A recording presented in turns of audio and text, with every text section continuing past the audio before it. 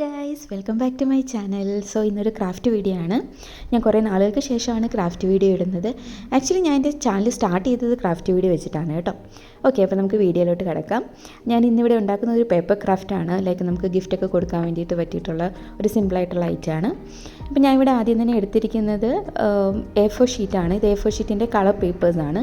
ഇത് നമുക്ക് construction paper എന്നും പറയും. ഇതിൻ്റെ റെഡ് കളറാണ് എടുത്തിരിക്കുന്നത്. ഞാൻ റൗണ്ട് ഷേപ്പിൽ കട്ട് എടുത്തിരിക്കുകയാണ്. ഒരു 5 പീസസ് എടുത്തിട്ടുണ്ട്. ദെൻ അതിന് ശേഷം ഞാൻ ജസ്റ്റ് ഒരു പെറ്റലിൻ്റെ ഷേപ്പ് വരുന്ന രീതിയിൽ അതിലൊന്ന് മാർക്ക് ചെയ്ത് കൊടുത്തു. ഇനി നമുക്കിതൊന്ന് കട്ട് ചെയ്തെടുക്കാം. ഇത് കട്ട് ചെയ്തെടുക്കുമ്പോൾ ജസ്റ്റ് ഞാൻ ആദ്യത്തെ മാത്രമേ വരച്ച് കാണിച്ചിട്ടുള്ളൂ. ബാക്കി നമുക്ക് തന്നെ ജസ്റ്റ് ആ ഒരു ഐഡിയ കിട്ടുവാണെങ്കിൽ വരയ്ക്കാതെ തന്നെ നമുക്ക് ജസ്റ്റ് കട്ട് ചെയ്യാവുന്നേ ഉള്ളൂ. ഓക്കെ, അപ്പോൾ നമ്മൾ കട്ട് ചെയ്തെടുത്ത് കഴിയുമ്പോൾ നമുക്ക് ഈ ഒരു ഷേപ്പിലാണ് കിട്ടുന്നത്. ഇനി നമ്മൾക്ക് 1 by 1 ആയിട്ട് നമുക്ക് ഓരോ പെറ്റൽസും ജസ്റ്റ് ഒന്ന് അറേഞ്ച് ചെയ്ത് കൊടുക്കാം. അപ്പോൾ ഇത് മടക്കി വെച്ചിട്ടുള്ള ആ ഒരു രീതിയിൽ തന്നെ നമുക്ക് 1 by 1 ആയിട്ട് നമുക്ക് ഗ്ലൂ ചെയ്തിട്ട് ഓരോന്നിൻ്റെ മുകളിലായിട്ട് നമുക്ക് ഇത് അറേഞ്ച് ചെയ്യാം. സോ നമ്മൾ എല്ലാം അറേഞ്ച് ചെയ്ത് കഴിഞ്ഞ് കഴിയുമ്പോൾ നമുക്ക് കിട്ടുന്നത് ഈ ഒരു ഷേപ്പിലായിരിക്കും കിട്ടുക. ഇത് ലൈക്ക് നമുക്കൊരു ഫ്ലവർ പോലെ ആയിട്ടുണ്ട്.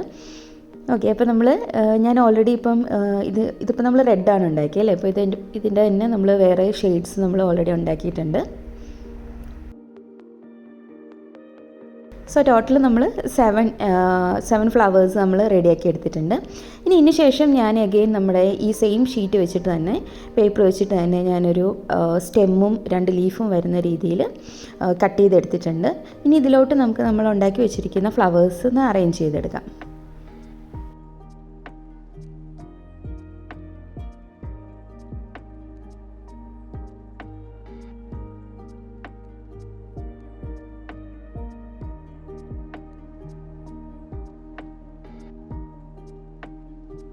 സോ നമ്മൾ എല്ലാ ഫ്ലവേഴ്സും നമ്മൾ ഇതേപോലെ റെഡിയാക്കി എടുത്തിട്ടുണ്ട്.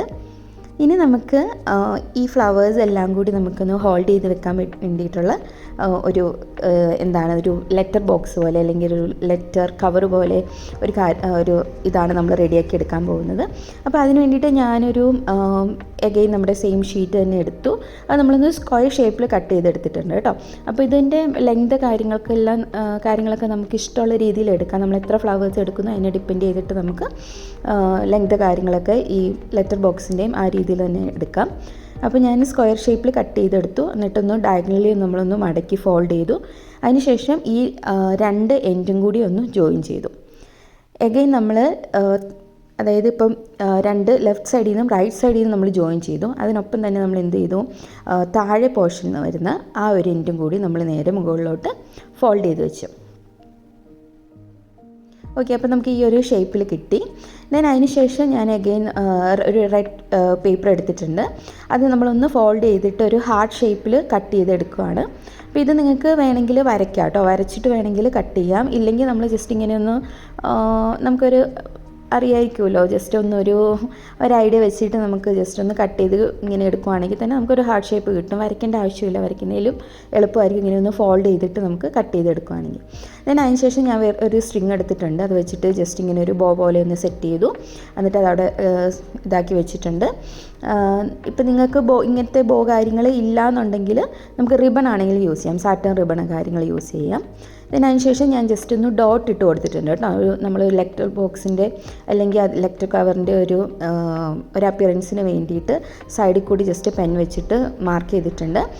നിങ്ങൾക്കത് പെന്നിന് പകരം സ്കെച്ച് പെൻസിൽ മാർക്കേഴ്സ് എന്തെങ്കിലും യൂസ് ചെയ്യുകയാണെങ്കിൽ കുറച്ചുകൂടി ഡാർക്കായിട്ടത് കാണുമ്പോൾ കുറച്ചും കൂടി ഒരു ഇതുണ്ടാവും കേട്ടോ. ഞാൻ ജസ്റ്റ് പെന്നാണ് യൂസ് ചെയ്തിരിക്കുന്നത്. അതിനുശേഷം എന്ത് ചെയ്തു, നമ്മുടെ ഫ്ലവേഴ്സ് നമ്മൾ ഉണ്ടാക്കി വെച്ചു. നമ്മുടെ എല്ലാ ഫ്ലവേഴ്സും കൂടി നമ്മൾ ഈ ഒരു ബോക്സിൻ്റെ അകത്തോട്ട് നമ്മൾ ഒന്ന് അറേഞ്ച് ചെയ്ത് വെച്ചു. ഓക്കെ, അപ്പം അതിന് ശേഷം നമ്മൾ ഈ ഹാർട്ടിനുള്ളിൽ ഞാൻ ജസ്റ്റ് ഒരു മെസ്സേജും കൂടി കൊടുത്തിട്ടുണ്ട്. ഇത് നമുക്ക് ഇഷ്ടമുള്ള മെസ്സേജ് കൊടുക്കാം. ഇപ്പോൾ നമ്മളൊരു ബർത്ത്ഡേക്ക് ഒരു ഗിഫ്റ്റ് ആണെങ്കിൽ നമുക്ക് ബർത്ത്ഡേ റിലേറ്റഡ് കോഡ്സ് കൊടുക്കാം. ഇല്ലെങ്കിൽ എന്താണോ ഇവൻറ്റ് അതിന് റിലേറ്റഡ് ആയിട്ടുള്ള കോഡ്സ് കാര്യങ്ങൾ നമുക്ക് ആ ഹാർട്ടിനുള്ളിൽ നമുക്ക് എഴുതി കൊടുക്കാനായിട്ട് പറ്റും. അപ്പോൾ ഇത്രയേ ഉള്ളൂ. എല്ലാവർക്കും ഇഷ്ടപ്പെട്ടു എന്ന് വിചാരിക്കുന്നു. അടുത്ത വീഡിയോയിൽ കാണാം. Tata, bye bye.